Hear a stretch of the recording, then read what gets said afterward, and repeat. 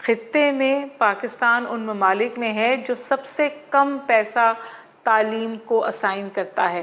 تو میرے حساب سے, کیونکہ میں تو تعلیم سے ہی منسلک ہوں, جو روٹ کاز ہے وہ یہ کہ جو بیسک آپ کے انڈیکیٹرز ہیں, جو بیسک کرٹیکل ماس ہے, وہ بلڈ ہی نہیں ہو سکتا جب تک آپ ہیلتھ اینڈ ایجوکیشن میں انویسٹ نہیں کریں گے. وہ ہماری پرائیورٹی نہیں ہے. اور پاکستان ایسا ملک ہے کہ جب وہ پرائیورٹی کسی چیز کو دیتا ہے تو وہ کر پاتا ہے. اس ملک نے فیصلہ کیا تھا کہ وہ تمام کنسٹرینٹس کے باوجود نیوکلیئر پاور بنے گا, تو وہ نیوکلیئر پاور بنا. بھٹو صاحب کا بڑا فیمس ہوئے, گھاس کھائیں گے اور بم بنائیں گے. ہو سکتا ہے ہم گھاس کھا رہے ہیں لیکن ہم نے بم بنا لیا ہے. بم تو بن گیا لیکن اب پتہ ہے کیا ہوا ہے, میں آپ سے مزے کی بات کروں. I take a lot of pride in the fact that Pakistan is a nuclear power, اور ہم نے ڈسپائٹ آل کنسٹرینٹس, اور یہ خطے کی جو صورتحال تھی, جو گراؤنڈ ریالٹیز تھیں, اس میں نیوکلیئرائزیشن پاکستان کی بقا کے ساتھ جڑی ہوئی تھی ان سم ویز. لیکن میں آپ کو بات بتاؤں کہ جو نئی بحث ہے وہ یہ ہے کہ جو نیوکلیئر امبریلا تھی, وہ امبریلا جو ہے وہ اب اس طرح سے آپ کو پروٹیکشن نہیں دے رہی. The new umbrella is the tech umbrella. So جو ڈیجیٹلائزیشن, ٹیکنالوجی, انوویشن, یا اپنے بچوں کو ان نوکریوں کے لیے تیار کرنا جو ابھی پیدا بھی نہیں ہوئی ہیں, بالکل یہ مائنڈ سیٹ اگر نہیں ہوگا, اور یہ مائنڈ سیٹ ممالک میں ہے جو 21ویں صدی کے ایجوکیشنل پیراڈائمز ہیں وہ تبدیل ہو گئے ہیں. کیا پاکستان وہاں اس کے بارے میں سوچ بھی موجود ہے یا نہیں, یہ شاید مہوش ہمیں سوال بار بار اٹھانا چاہیے. اچھا, جیسے آپ نے کہا کہ ایسا نہیں ہے کہ علم حاصل کرنے کا شوق نہیں ہے.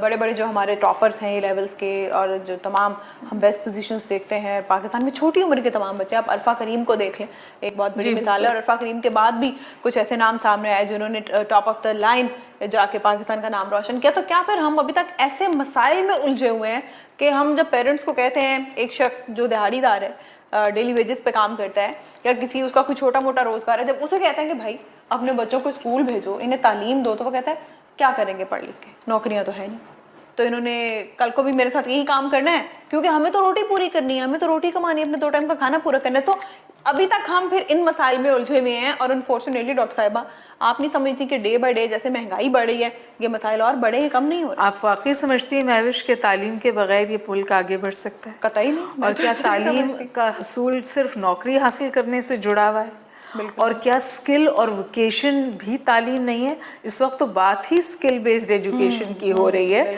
مسئلہ یہ ہے کہ ہم ڈگریاں نہیں بانٹ رہے, ہم کاغذ بانٹ رہے ہیں, ہم کاغذ کے ٹکڑے بانٹ رہے ہیں, اور جو لوگ سو کالڈ ایجوکیٹڈ ہیں ان کو وہ اسکل مل نہیں رہی ہے. So I think that there is a huge problem hair.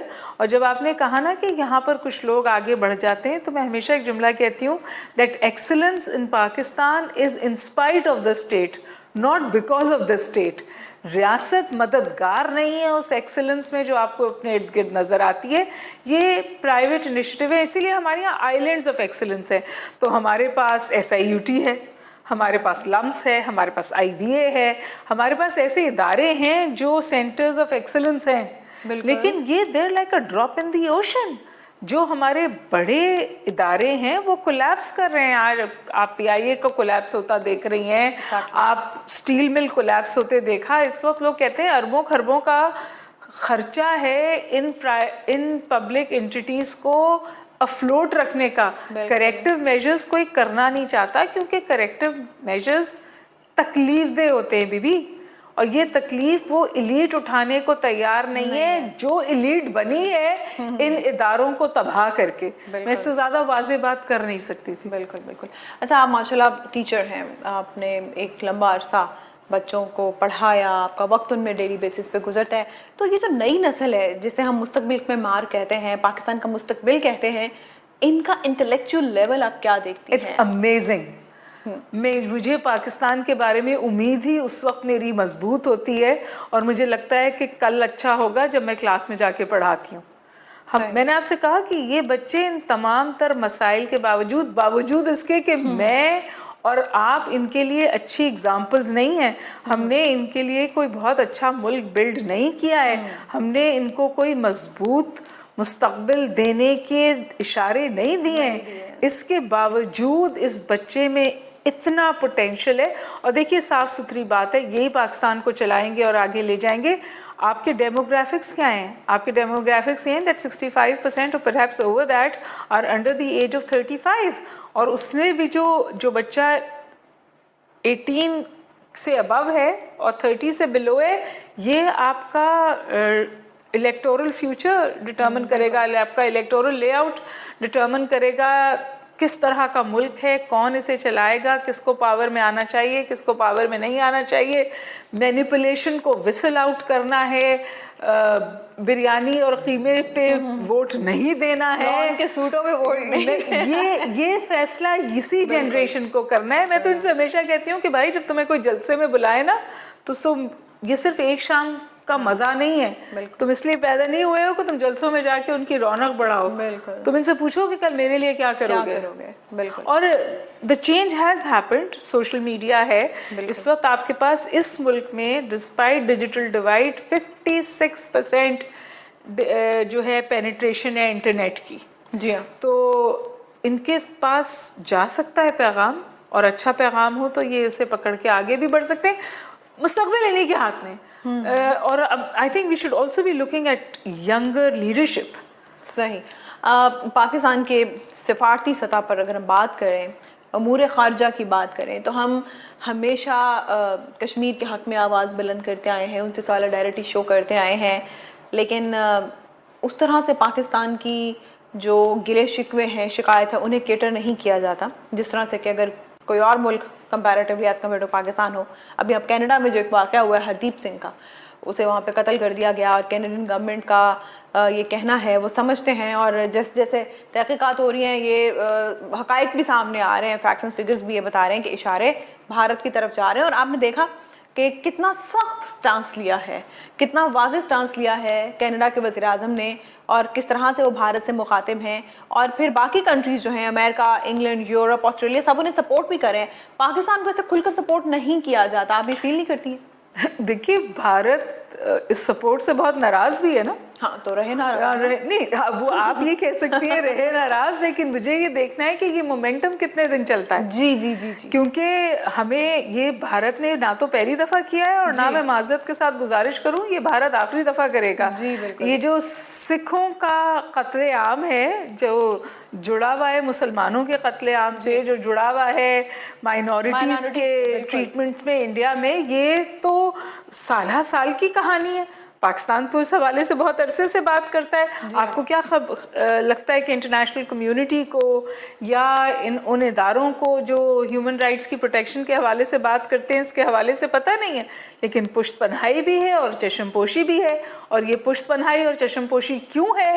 یہ اس لیے ہے کیونکہ جو لارجر انٹرسٹ ہیں، جو geo strategic, geo political interest ہیں، وہاں انڈیا کے ساتھ کنورجنس ہے.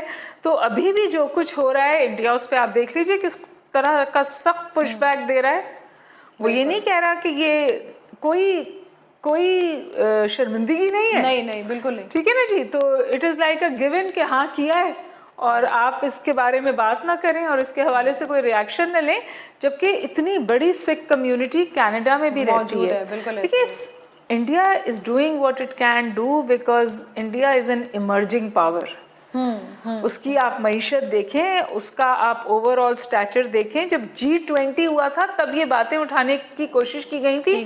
انڈیا نے ٹیوڈر بھی اٹھانا چاہتے تھے، بائیڈن بھی اٹھانا چاہتے تھے.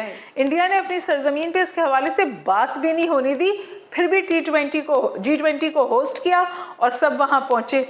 تو دیکھیے جو آپ کی معاشی پاور ہوتی ہے نا، وہ آپ کی جو معاشی وزن ہوتا ہے، وہ آپ کا سفارتی وزن ڈٹرمن کرتا ہے. بالکل. اگر آپ معاشی طور پہ ہلکے ہوتے ہیں تو پھر آپ سفارتی طور پہ بھی ہلکے ہوتے ہیں.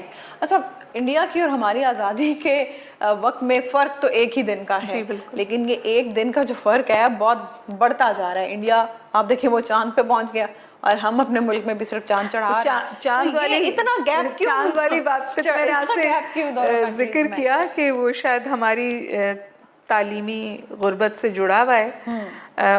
لیکن جو دوسری بات آپ نے کی، وہاں میں ایک بات ضرور کہنا چاہتی ہوں. ایسا نہیں ہے کہ بی انڈیا میں غربت نہیں ہے. انڈیا میں بھوک اور غربت پاکستان سے زیادہ ہے.